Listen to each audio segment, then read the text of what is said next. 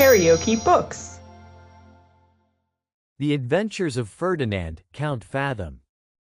Tobias Smollett. Audiobook. Chapter 5. A brief detail of his education. Nothing could have more seasonably happened to confirm the good opinion which the colonel entertained of Ferdinand's principles. His intentions towards the boy grew every day more and more warm, and, immediately after the peace of Passarowitz, he retired to his own house at Presburg, and presented young Fathom to his lady, not only as the son of a person to whom he owed his life, but also as a lad who merited his peculiar protection and regard by his own personal virtue. The Countess, who was an Hungarian, received him with great kindness and affability, and her son was ravished with the prospect of enjoying such a companion. In short, fortune seemed to have provided for him an asylum, in which he might be safely trained up, and suitably prepared for more important scenes of life than any of his ancestors had ever known. He was not, in all respects, entertained on the footing of his young master, yet he shared in all his education and amusements, as one whom the old gentleman was fully determined to qualify for the station of an officer in the service, and, if he did not eat with the Count, he was every day regaled with choice bits from his table, holding, as it were, a middle place between the rank of a relation and favorite domestic. Although his patron maintained a tutor in the house, to superintend the conduct of his heir, he committed the charge of his learning to the instructions of a public school, where he imagined the boy would imbibe a laudable spirit of emulation among his fellows, which could not fail of turning out to the advantage of his education. Ferdinand was entered in the same academy, and the two lads proceeded equally in the paths of erudition. A mutual friendship and intimacy soon ensued, and, notwithstanding the levity and caprice commonly discernible in the behavior of such boys, very few or rather no quarrels happened in the course of their communication. Yet their dispositions were altogether different, and their talents unlike.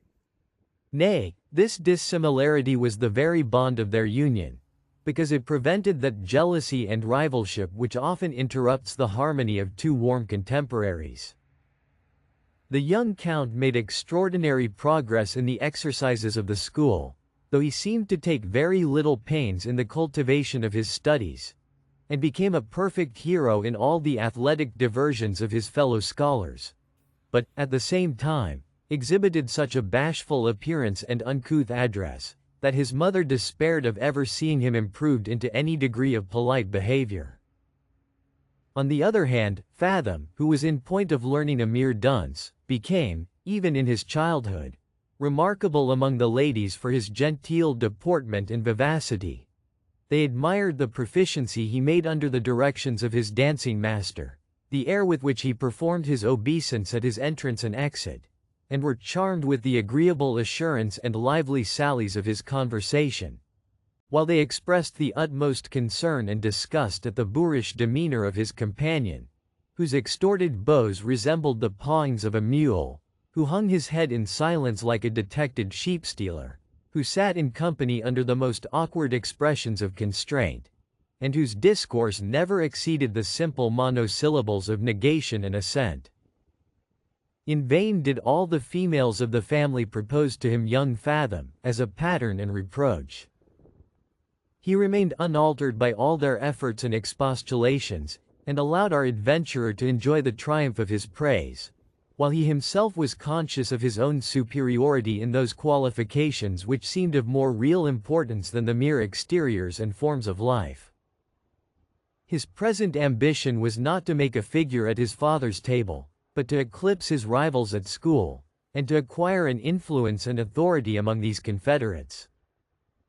Nevertheless, Fathom might possibly have fallen under his displeasure or contempt, had not that pliant genius found means to retain his friendship by seasonable compliances and submission, for the sole study, or at least the chief aim of Ferdinand, was to make himself necessary and agreeable to those on whom his dependence was placed. His talent was in this particular suited to his inclination. He seemed to have inherited it from his mother's womb,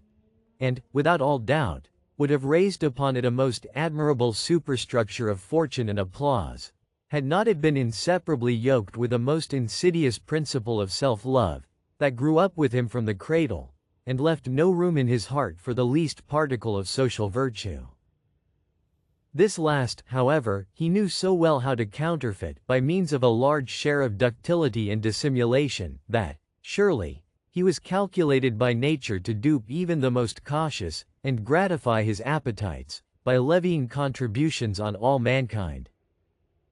So little are the common instructors of youth qualified to judge the capacities of those who are under their tutelage and care, that Fathom, by dint of his insinuating arts, made shift to pass upon the schoolmaster as a lad of quick parts, in despite of a natural inaptitude to retain his lessons, which all his industry could never overcome. In order to remedy, or rather to cloak this defect in his understanding, he had always recourse to the friendship of the young count, who freely permitted him to transcribe his exercises, until a small accident happened, which had well nigh put a stop to these instances of his generosity. The adventure, inconsiderable as it is, we shall record, as the first overt act of Ferdinand's true character, as well as an illustration of the opinion we have advanced touching the blind and injudicious decisions of a right pedagogue.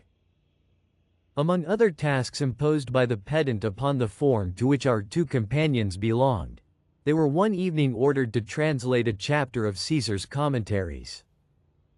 Accordingly the young count went to work, and performed the undertaking with great elegance and dispatch. Fathom, having spent the night in more effeminate amusements, was next morning so much hurried for want of time, that in his transcription he neglected to insert a few variations from the text, these being the terms on which he was allowed to use it, so that it was verbatim a copy of the original. As those exercises were always delivered in a heap, subscribed with the several names of the boys to whom they belonged,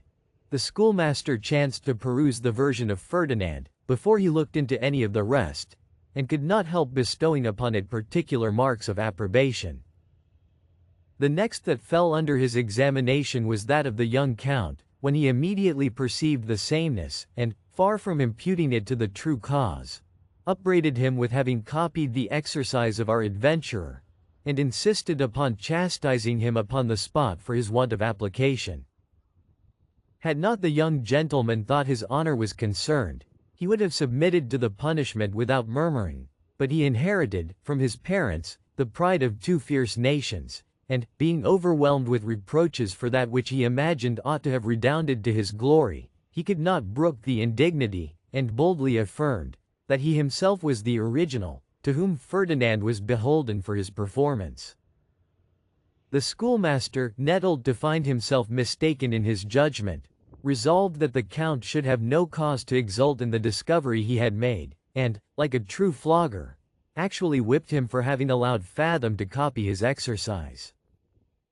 Nay, in the hope of vindicating his own penetration, he took an opportunity of questioning Ferdinand in private concerning the circumstances of the translation, and our hero, perceiving his drift, gave him such artful and ambiguous answers, as persuaded him that the young count had acted the part of a plagiary, and that the other had been restrained from doing himself justice, by the consideration of his own dependence.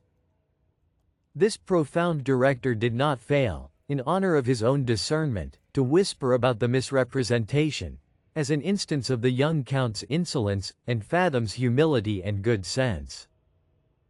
The story was circulated among the servants, especially the maids belonging to the family, whose favor our hero had acquired by his engaging behavior, and at length it reached the ears of his patron, who, incensed at his son's presumption and inhospitality, called him to a severe account, when the young gentleman absolutely denied the truth of the allegation, and appealed to the evidence of Fathom himself. Our adventurer was accordingly summoned by the father, and encouraged to declare the truth, with an assurance of his constant protection. Upon which Ferdinand very wisely fell upon his knees, and, while the tears gushed from his eyes, acquitted the young count of the imputation, and expressed his apprehension, that the report had been spread by some of his enemies, who wanted to prejudice him in the opinion of his patron. The old gentleman was not satisfied of his son's integrity by this declaration. Being naturally of a generous disposition, highly prepossessed in favor of the poor orphan, and chagrined at the unpromising appearance of his heir, he suspected that Fathom was overawed by the fear of giving offense, and that, notwithstanding what he had said, the case really stood as it had been represented. In this persuasion, he earnestly exhorted his son to resist and combat with any impulse he might feel within himself, tending to selfishness, fraud, or imposition, to encourage every sentiment of candor and benevolence, and to behave with moderation and affability to all his fellow creatures. He laid upon him strong injunctions, not without a mixture of threats, to consider Fathom as the object of his peculiar regard, to respect him as the son of the Count's preserver, as a Briton, a stranger, and, above all, an helpless orphan, to whom the rights of hospitality were doubly due. Such admonitions were not lost upon the youth, who, under the rough husk of his personal exhibition, possessed a large share of generous sensibility. Without any formal professions to his father, he resolved to govern himself according to his remonstrances, and, far from conceiving the least spark of animosity against Fathom, he looked upon the poor boy as the innocent cause of his disgrace, and redoubled his kindness towards him, that his honor might never again be called in question, upon the same subject. Nothing is more liable to misconstruction than an act of uncommon generosity. One half of the world mistake the motive, from want of ideas to conceive an instance of beneficence that soars so high above the level of their own sentiments, and the rest suspect it of something sinister or selfish, from the suggestions of their own sordid and vicious inclinations. The young Count subjected himself to such misinterpretation, among those who observed the increased warmth of civility and complaisance in his behavior to Ferdinand. They ascribed it to his desire of still profiting by our adventurer's superior talents, by which alone they supposed him enabled to maintain any degree of reputation at school, or to the fear of being convicted by him of some misdemeanor of which he knew himself guilty.